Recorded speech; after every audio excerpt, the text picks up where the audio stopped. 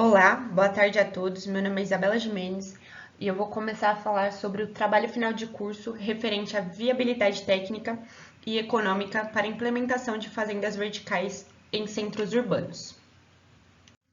Com o crescimento exponencial da população, tem-se a necessidade de suprir a constante demanda de alimentos. Por este motivo, este estudo procurou viabilizar a implementação das fazendas verticais em grandes centros urbanos, com foco na cidade de São Paulo. Na primeira parte desse estudo, concluiu-se que o aluguel de galpões era o mais viável para se realizar esta implementação. No entanto, buscando inserir e aplicar o melhor aproveitamento do espaço urbano, o qual é um dos conceitos do urbanismo sustentável, procurou-se estudar outras maneiras de implementação, que serão abordadas no decorrer dessa segunda etapa. Boa tarde a todos. Meu nome é Felipe e eu vou começar dando uma introdução para vocês sobre um dos temas abordados em nosso estudo. Bom, atualmente nosso cotidiano urbano ele é composto por diversas situações em que são ocasionados problemas como alto nível de estresse e mau aproveitamento do espaço em que se está. Uma dessas situações é o intenso tráfego de veículos de uma região para outra. Bom, com isso, as ruas elas acabam perdendo seu sentido social, que, segundo muitos pesquisadores, é a possibilidade de se encontrar pessoas, obter informações gerais, entre outros. E acabou se tornando meramente um local de passagem. Esse intenso trânsito acaba gerando desconforto nos motoristas e pedestres, assim como insegurança para os mesmos. E, como dito anteriormente, acaba gerando um alto nível de estresse e, consequentemente, uma má qualidade de vida, pois acabamos perdendo longos períodos do dia presos em engarrafamentos. Pensando nesses problemas, uma alternativa que vem ganhando força é o urbanismo sustentável. Bom, o urbanismo sustentável ele propõe algumas ações, como o incentivo do uso do espaço público, pois a utilização deste promove uma maior proximidade entre a população residente no local de plantação. Temos a utilização de locais subutilizados, como galpões abandonados, residências e edifícios vazios, possibilitando assim o reuso de locais abandonados. Essa alternativa ela acaba ajudando na diminuição de espaços não funcionais localizados na região. Temos o incentivo do comércio local. Com essa ação é possível promover um bom crescimento econômico da região, uma vez que os comércios locais estão funcionando e tendo alta demanda para suprir. Assim, evita-se de ir para outra região para comprar alimentos, por exemplo, evitando assim o deslocamento desnecessário. E, consequentemente, acaba-se evitando o alto tráfego de veículos. Temos a melhoria na qualidade de vida, uma vez que encontrando tudo ao redor da sua região com espaços públicos de alta qualidade para se frequentar, consequentemente você vai ter uma qualidade de vida muito maior. E temos a revitalização de parques e o retrofit de construções. Bom, essa ação ela acaba tornando os locais dessa região mais atrativos. Então, se você tem um edifício que já tem um designer antigo e ele está abandonado, você transforma ele através do retrofit. Você tem parques não tão valorizados, você revitaliza ele e incentiva a população local a utilizar. Então você acaba realmente gerando uma maior qualidade de vida com isso. E a ideia do grupo é implantar uma fazenda vertical em locais basicamente subutilizados. Então, o urbanismo sustentável ele entra arduamente no nosso estudo como um dos principais pilares para o desenvolvimento desse trabalho. Olá a todos, meu nome é Natália Kubert e darei continuidade à apresentação. Bom, eu vou explicar todas as etapas e os aspectos que foram analisados para o desenvolvimento desse estudo. No decorrer da apresentação, nós vamos explicar detalhadamente cada um desses itens. Primeiramente, foi realizada uma análise urbanística na cidade de São Paulo. Essa análise ela tem profunda importância porque nós devemos compreender e estudar as características da localidade. Temos que pensar nos fatores do público-alvo, logística de distribuição e principalmente onde nós vamos encontrar os tipos de construções que nós queremos para implementar as fazendas verticais. Depois, o estudo foi dividido em dois tipos de aplicações de fazendas. A primeira é de forma marginal, representando o valor agregado ao empreendimento, e a outra de forma integral, em que a fazenda ocupa 100% de um local. Cada uma dessas nos proporciona alguns tipos de implementação, como a marginal, podendo ser fazendas em telhados de shopping, restaurantes ou até mesmo um espaço dentro de uma empresa, para a plantação de alimentos para o consumo próprio dos funcionários. Já a aplicação integral, ela precisa de um investimento maior, né? Porque a gente pode precisar analisar um terreno, a gente pode precisar alugar ou comprar um galpão, ou até mesmo viabilizar um local abandonado. Independente da aplicação que for escolhida para a implementação da fazenda, o local ele precisa de um aperfeiçoamento, então ele precisa de uma adaptação. Por quê? As fazendas verticais, elas precisam de equipamentos específicos. Então, a plantação ela é feita num lugar fechado, geralmente. Ela pode ou não ter a incidência de luz, mas imagina, se ela não tiver, ela precisa de LEDs específicos, que serão explicados mais para frente, elas precisam de uma climatização melhor. Então, todos os espaços, eles precisam ser adaptados para esse tipo de implementação. Sobre a produção, o estudo ele se concentra na análise de produção de hortaliças. E o método, né, ele tem 4 possibilidades. Ele tem a hidroponia, a aquaponia, a aeroponia ou em solo, que é o convencional. Mas nós nos focamos na hidroponia, que nada mais é que é o cultivo das raízes em contato com uma água enriquecida com nutrientes. Nós escolhemos esse tipo de método porque ele pode ser aplicado em qualquer tipo de fazenda, independente do local. Então, nós selecionamos locais que gostaríamos que implementássemos a fazenda e a hidroponia seria o mais viável para todos eles. Seria uma simplificação. Os outros métodos, eles teriam que ter mais adaptações, talvez o preço seria maior, então nós gostaríamos de simplificar. Em questão da distribuição, né, nós devemos levar em conta se a mercadoria vai direto para o cliente ou se irá distribuir para mercados ou restaurantes, né? E, por fim, foi realizado uma análise de custo e características de cada opção de implementação, sendo observada separadamente a aplicação marginal e integral, nos resultando, né, na possibilidade de viabilizar esse tipo de empreendimento nos centros urbanos.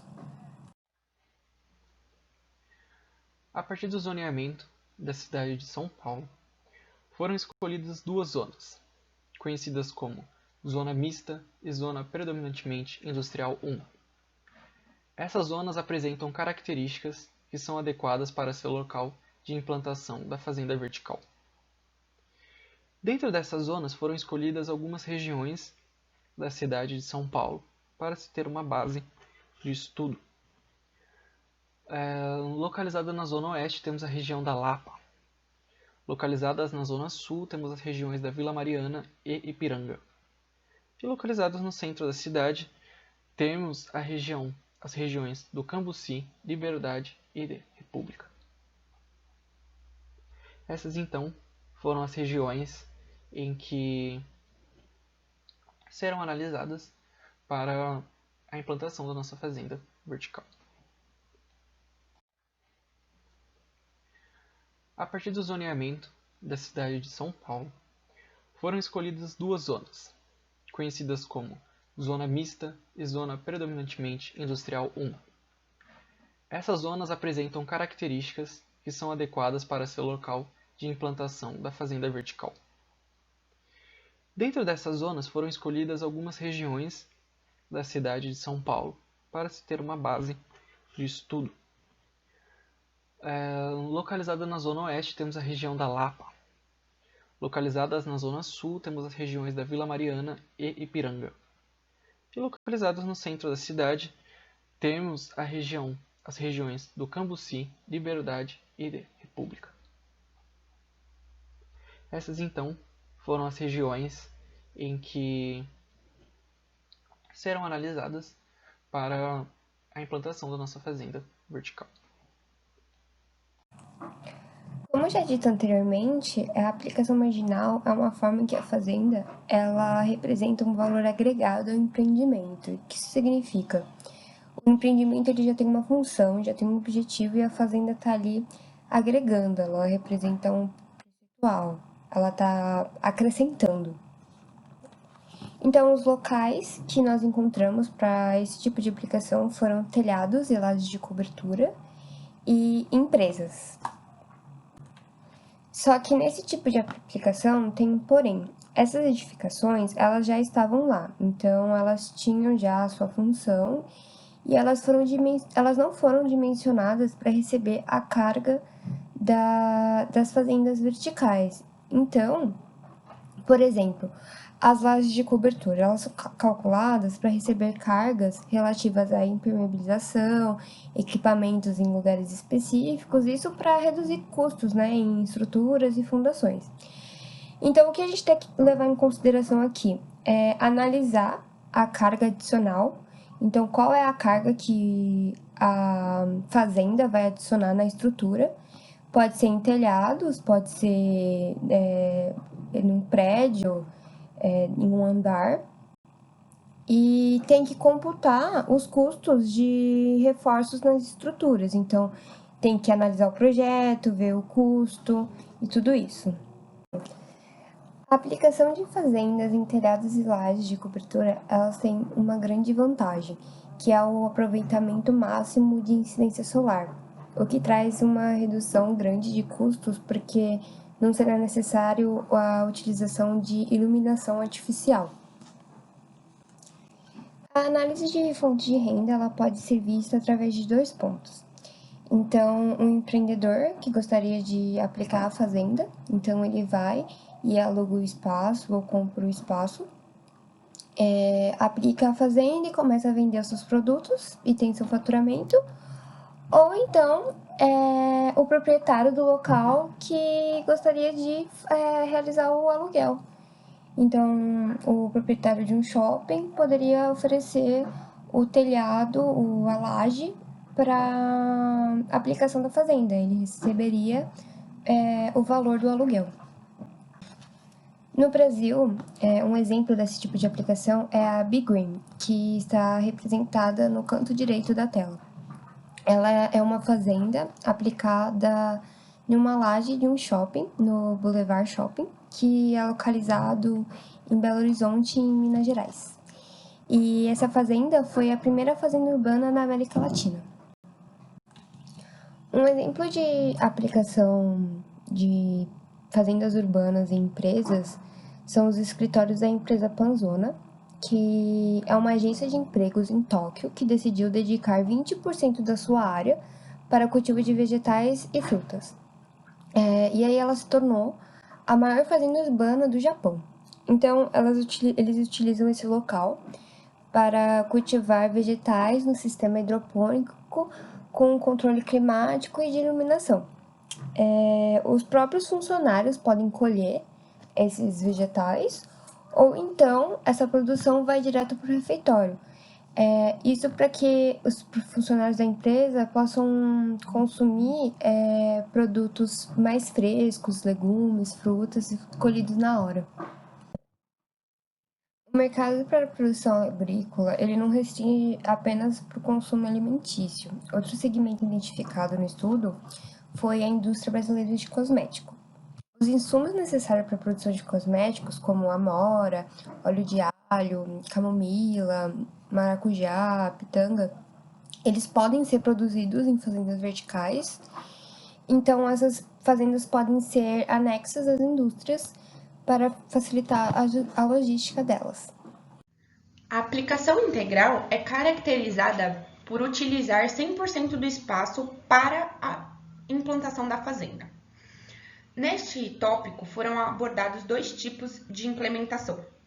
Em edifícios abandonados, os quais têm o retrofit, que é o reaproveitamento de espaço, dando um novo propósito para essa edificação, e os galpões, que foi abordado anteriormente no nosso estudo, mantendo o aluguel dos mesmos. Para os edifícios abandonados, o foco do estudo foi a região central de São Paulo. O porquê de implementar a fazenda nessa região?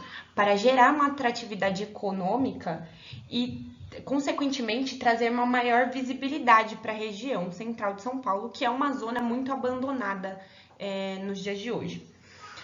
Para isso, foi estudado o retrofit, né? A reabilitação das estruturas. E com isso foi gerada uma classificação para a reabilitação, que seria a mudança de ocupação e o nível de reabilitação também, que classificamos em nível 2 ou 3, ou seja, uma reabilitação média ou profunda. Foi estabelecido, por meio do estudo, um custo de R$ 400 a R$ 650 por metro quadrado de reabilitação. Os galpões são locais viáveis para a implementação das fazendas verticais devido ao seu grande vão livre e pé direito alto, o que gera um grande espaço destinado para a produção e, por consequência, uma alta produtividade. Neste caso, será estabelecido o aluguel do galpão através de uma média ponderada dos aluguéis em regiões pré-determinadas pela análise urbanística. Um exemplo de galpões adaptados no Brasil são as Pink Farms, primeira fazenda urbana de São Paulo e a maior da América Latina. Ela é localizada na Vila Leopoldina. Para se implementar uma fazenda vertical, é preciso que sejam feitas algumas adaptações no local. Para isso, foi pensado em adaptações como sistema de iluminação artificial, sistema de climatização, sistema de energia fotovoltaica e o sistema hidráulico, que serão apresentados a seguir. O sistema de iluminação artificial possui grande importância para o cultivo indoor. Como em muitos locais de implantação não há luz natural do sol, é preciso suprir essa demanda de luz necessária para o crescimento das plantas. Esse sistema garante a suplementação ou substituição da luz solar, estando diretamente ligado ao crescimento e ganho de massa das plantas cultivadas. Para o sistema de iluminação artificial, é necessário primeiro escolher a fonte de luz mais adequada. Numa comparação feita entre diferentes fontes de luz para horticultura feita pela empresa Samsung, mostrado na figura abaixo, é possível ver que o LED ele apresenta uma eficácia e uma vida útil maior do que as outras fontes de luz apresentadas. Sendo assim, ele foi escolhido como a fonte de luz mais adequada para o sistema de iluminação artificial no cultivo indoor. Bom, o chip de LED escolhido foi o LH351HD da Samsung, mostrado na figura ao lado, por apresentar características que atendem à demanda do nosso sistema de iluminação. Para se iniciar o projeto de iluminação artificial, é necessário se analisar a área total que será iluminada pelos LEDs. Como vemos na tabela à esquerda, foi feito o cálculo da área total a ser iluminada. Na tabela à direita, foi feito o cálculo para se saber a quantidade necessária de LEDs, tendo assim um valor de 24 LEDs por metro quadrado. Após o levantamento da quantidade necessária de LEDs, foi feito o custo de iluminação para esse projeto, mostrado na tabela à esquerda, tendo um valor total de aproximadamente R$ 139 mil. Ao lado, na tabela superior direita, foi feito o cálculo do gasto com energia a partir do número de LEDs, tendo assim um custo mensal de aproximadamente R$ 17 mil. Na tabela inferior direita, é possível ver todos os custos, tendo assim um custo total de projeto de aproximadamente R$ 139 mil ou R$ 138,12 por metro quadrado, tendo também um custo energético mensal de R$ 17 mil ou de R$ 17,1 por metro quadrado, frisando que todos os cálculos foram feitos com base numa área para 1.000 metros quadrados. A seguir, temos o sistema de climatização, considerado um dos principais pilares para o cultivo indoor, assim como um sistema de iluminação artificial. Esse sistema possibilita a produção em qualquer época do ano. Com o seu controle rígido de umidade e temperatura, é possível manter a produção em qualquer estação do ano. Além do controle de umidade e temperatura, é possível garantir o fluxo contínuo da troca de ar, pois além da luz, um dos principais fatores importantes para o crescimento das plantas é o gás carbônico, e esse sistema possibilita essa troca de ar. Para o sistema de climatização da fazenda estudada, foram escolhidos os seguintes climatizadores, no modelo LB40 Lion Clima. Eles foram escolhidos para uma área total de 1.000 metros quadrados, atendendo à demanda necessária de produção. Para esse projeto, serão necessários 3 climatizadores, cada um com uma potência de 0,84 kW. Cada climatizador tem um preço unitário de aproximadamente R$ 15 mil, totalizando assim um preço total de aproximadamente R$ 44 mil. Com base no custo de energia de São Paulo, ele utilizará um total de R$ 413,68 de energia. Assim, na tabela à direita, podemos ver os custos totais para esse sistema de climatização. O custo total dos aparelhos de aproximadamente R$ 44 mil, tendo assim um custo por metro quadrado de R$ 43,77. Temos um custo total de energia mensal de R$ 413,68, tendo assim um custo de energia mensal de 41 centavos por metro quadrado. Bom, o próximo sistema a ser utilizado na fazenda vertical estudada é o sistema hidráulico. Para a fazenda vertical, é necessário ter um cultivo hidropônico, uma vez que não há a existência de solos cultiváveis em centros urbanos. Assim, esse sistema fornece nutrientes para as plantas, sendo uma alternativa devido à ausência do sol. Esse sistema é composto pelos seguintes itens. Temos o reservatório, temos a motobomba e encanamentos, temos as estantes de cultivo e os perfis de cultivo, que serão explicados a seguir. O dimensionamento dos reservatórios foi feito a partir da produção. Então, considerando 182 mudas por canal de cultivo, tendo 2.880 canais para as mudas, considerando 79 folhosas para 3.456 canais destinadas a essas plantas, temos uma vazão necessária de aproximadamente 181 metros cúbicos. Para atender a esta vazão, os reservatórios têm as seguintes dimensões: 3 metros de altura, 5,5 metros de largura e 3,7 metros de comprimento, totalizando assim um volume para cada reservatório de 61 metros cúbicos. O funcionamento da motobomba em conjunto com os reservatórios funciona da seguinte maneira: a solução nutritiva sai do reservatório por um tubo de sucção, vai em direção à bomba, que direciona essa solução aos encanamentos. Parte dessa solução retorna ao reservatório para um processo de aeramento pelo um tubo de Venturi, observado na figura à esquerda.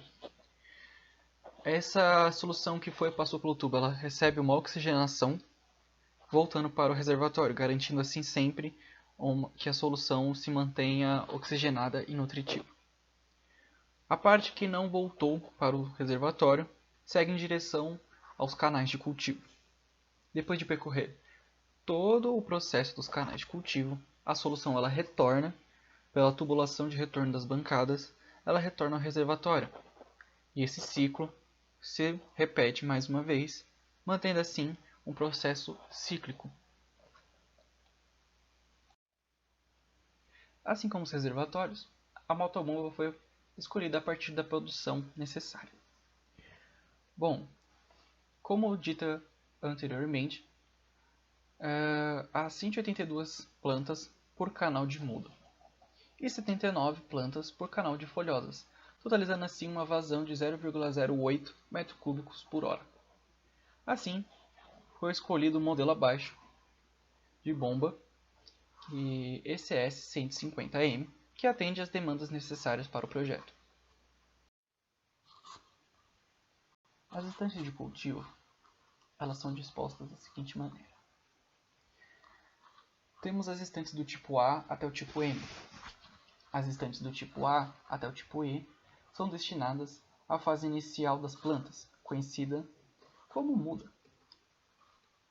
As estantes do tipo F até o tipo M são estantes que são destinadas ao estágio seguinte e final, que é o estágio de folhosas das plantas.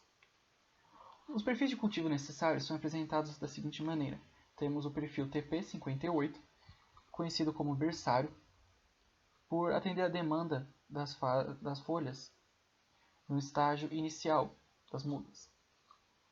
O perfil TP80 atende a demanda das plantas no estágio seguinte, nas folhosas.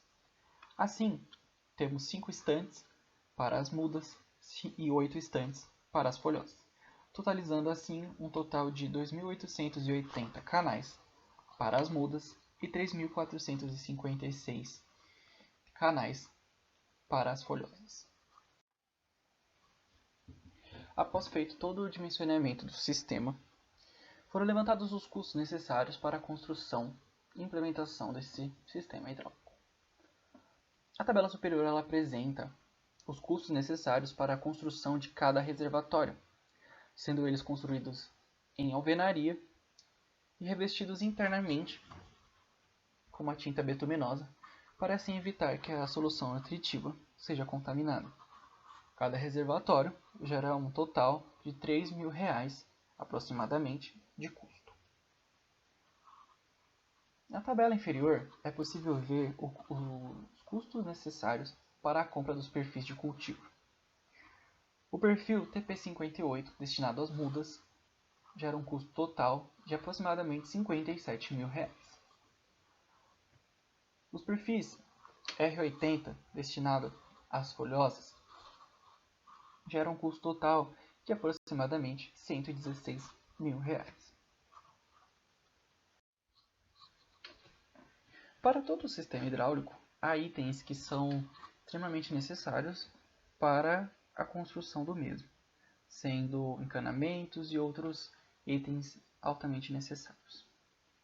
A tabela à esquerda apresenta o custo de cada item necessário para a implementação do sistema hidráulico. Na tabela à direita é possível ver o custo final do sistema hidráulico, tendo o custo dos perfis hidráulicos em aproximadamente R$ 172.000, o custo dos materiais mais o custo dos reservatórios em torno de R$ 61.000, tendo assim um custo final de aproximadamente R$ 233.000, ou R$ 232,82 por metro quadrado. Mais uma vez enfatizando que todo o sistema foi dimensionado para uma área total de 1.000 metros quadrados. Para o desenvolvimento e nutrição dos alimentos a serem cultivados, foi adotado um sistema de cultivo conhecido como hidroponia. A hidroponia, do grego água, hidro e trabalho ponos, é o nome dado ao sistema de cultivo de plantas sem a necessidade de solo como meio de crescimento. Então, as plantas ficam em contato direto com a água ou com um ar extremamente úmido que contém um aditivo dos nutrientes que são necessários para o desenvolvimento da planta. As vantagens desse método de produção é que esse sistema pode ser implementado em pequenas áreas, existe a redução do ciclo de cultivo e maior uniformidade de produção, devido a um ambiente mais controlado e protegido, onde a temperatura e a umidade do ar é controlada, e isso faz com que as plantas sofram menos estresse. Outra vantagem é a redução de mão de obra para esse sistema, porque trata de um cultivo mais adensado e que necessita de menor controle de pragas e doenças. Os produtos são mais higiênicos e de maior qualidade, porque tem menor incidência de pragas e doenças. Então, tem mais defensivos agrícolas, o que resulta em alimentos mais saudáveis e com maior tempo nas prateleiras. Eles duram mais.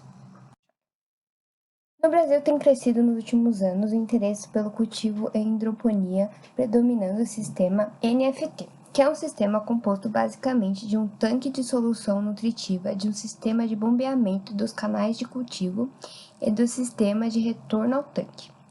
Ou seja, a solução nutritiva é bombeada dos canais e escoa por gravidade, formando uma fina lâmina de solução que irriga as raízes. Nesse sistema NFT, o que é cultivado, ele passa por 3 etapas: a germinação, o berçário e o crescimento final. Para esse tipo de sistema, são necessárias a utilização desses 2 tipos de perfis, o TP58 e o R80, mas eles já foram explicados anteriormente no sistema hidráulico. No NFT, a fase inicial de formação de mudas, que é a germinação, é geralmente feita em um local separado e ocupa um pouco espaço. Essas mudas podem ser formadas em vários substratos, como lã de rocha, fibra de coco ou perlita.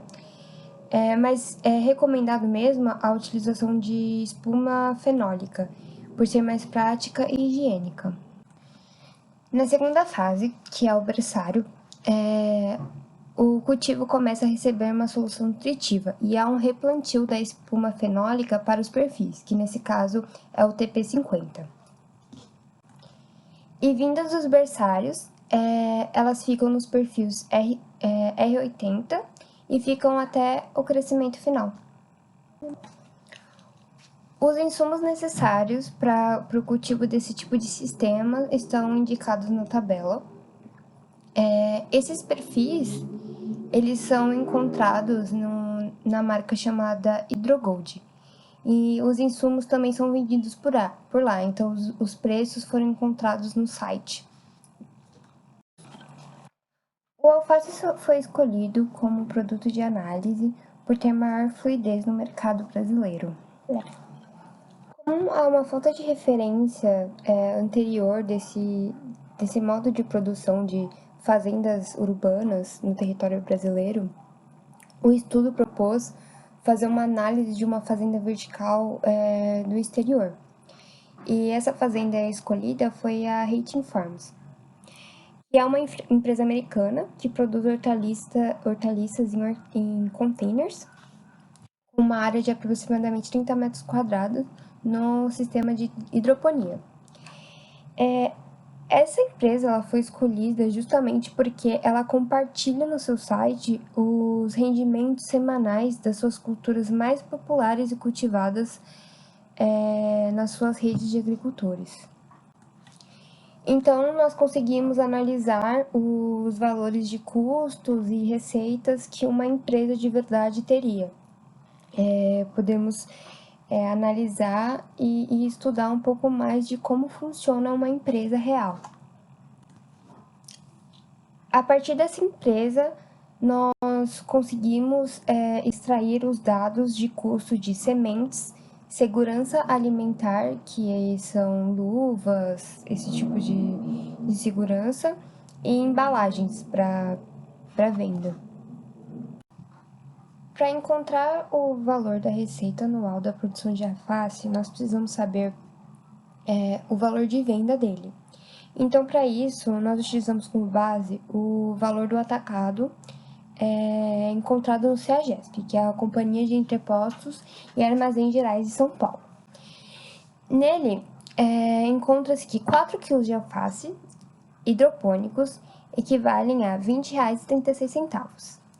Considerando que o peso de um pé de alface é aproximadamente 350 gramas, encontramos que o valor do pé de alface é de R$ 1,78. O valor da receita que queremos chegar é o anual, então nós precisamos saber quanto que cada ciclo de alface dura. E encontramos que é aproximadamente 47 dias. Então nós precisamos saber quantos pés de alface nós produzimos por ciclo para saber quantos pés de alface são produzidos por ano.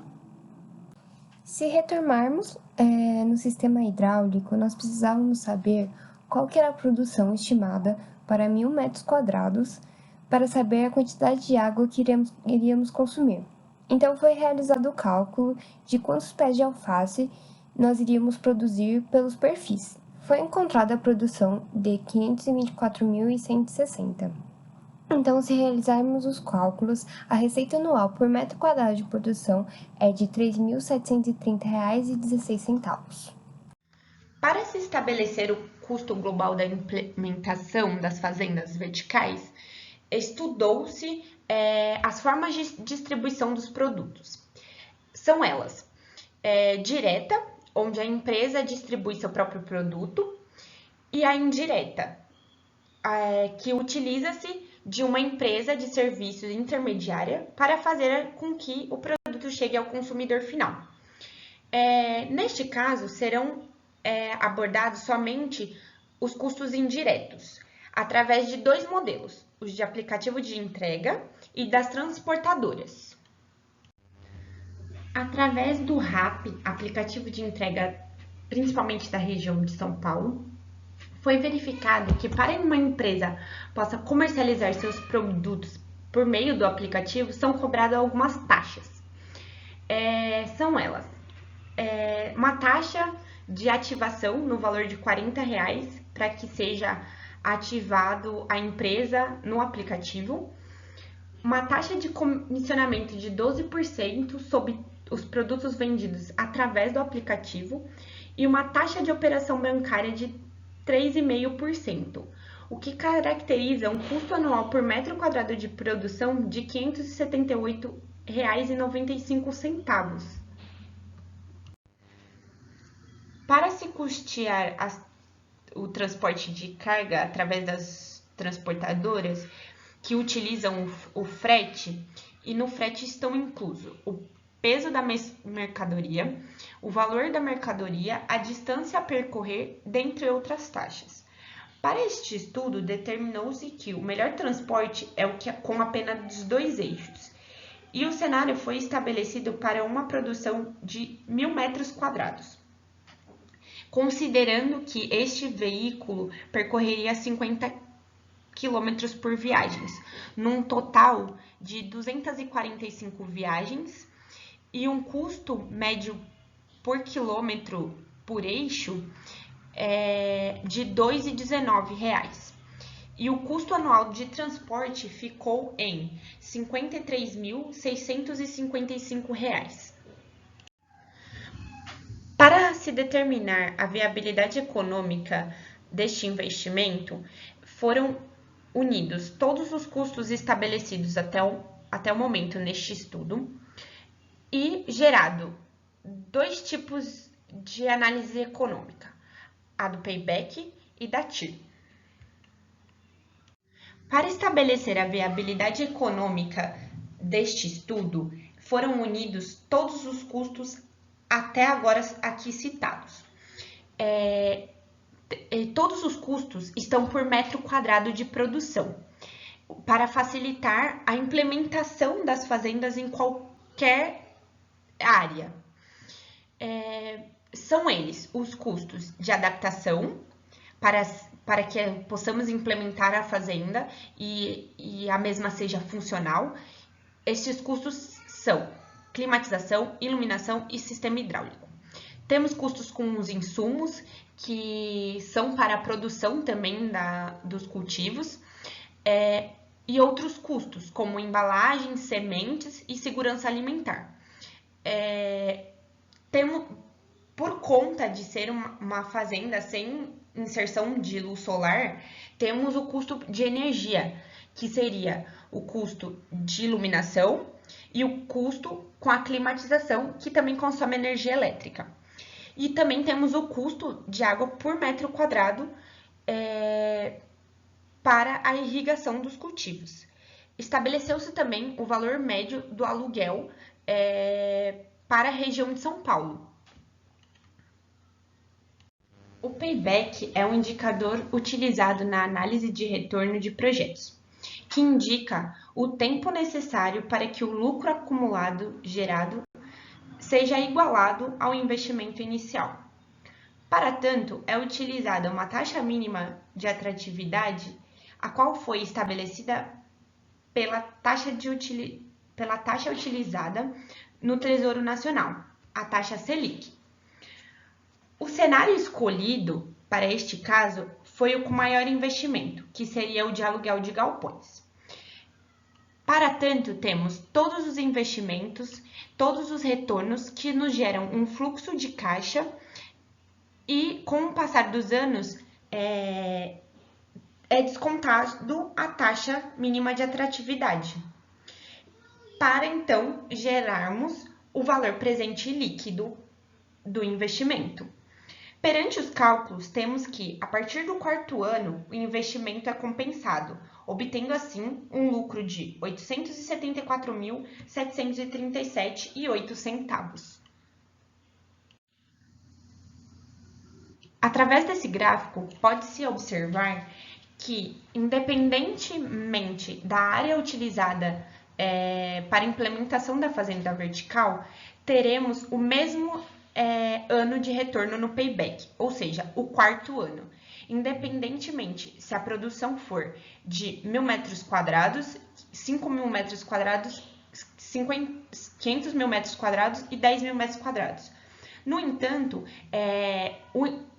o investimento maior terá um lucro futuro maior. Um outro método de análise de retorno de projetos é a TIR, taxa interna de retorno, onde se equaliza o valor presente dos investimentos com o valor presente dos retornos. Para este estudo, foi estabelecido uma taxa interna de retorno no período de 10 anos, onde se obteve, através da igualdade dos investimentos com os retornos, uma taxa TIR de 30,88%. É possível analisar que o modelo de cultivo vertical é altamente benéfico para a sociedade, uma vez que aumenta a qualidade do produto a ser consumido. A fazenda vertical apresenta-se como um modelo de produção inovador, promovendo assim projetos como a urbanização sustentável, impulsionando cada vez mais a sua região de plantação para uma melhor qualidade de vida. Apesar de alguns dados não terem sido levados em consideração, devido à variabilidade de locais de implantação, é possível analisar que o modelo de cultivo apresentado pelas fazendas verticais se mostra altamente viável e com um grande potencial para investimentos, a qual, quanto mais se investe, mais retorno terá. Bom, desde já o grupo agradece a todos pela atenção fornecida e por todo o apoio dado. Um nosso muito obrigado.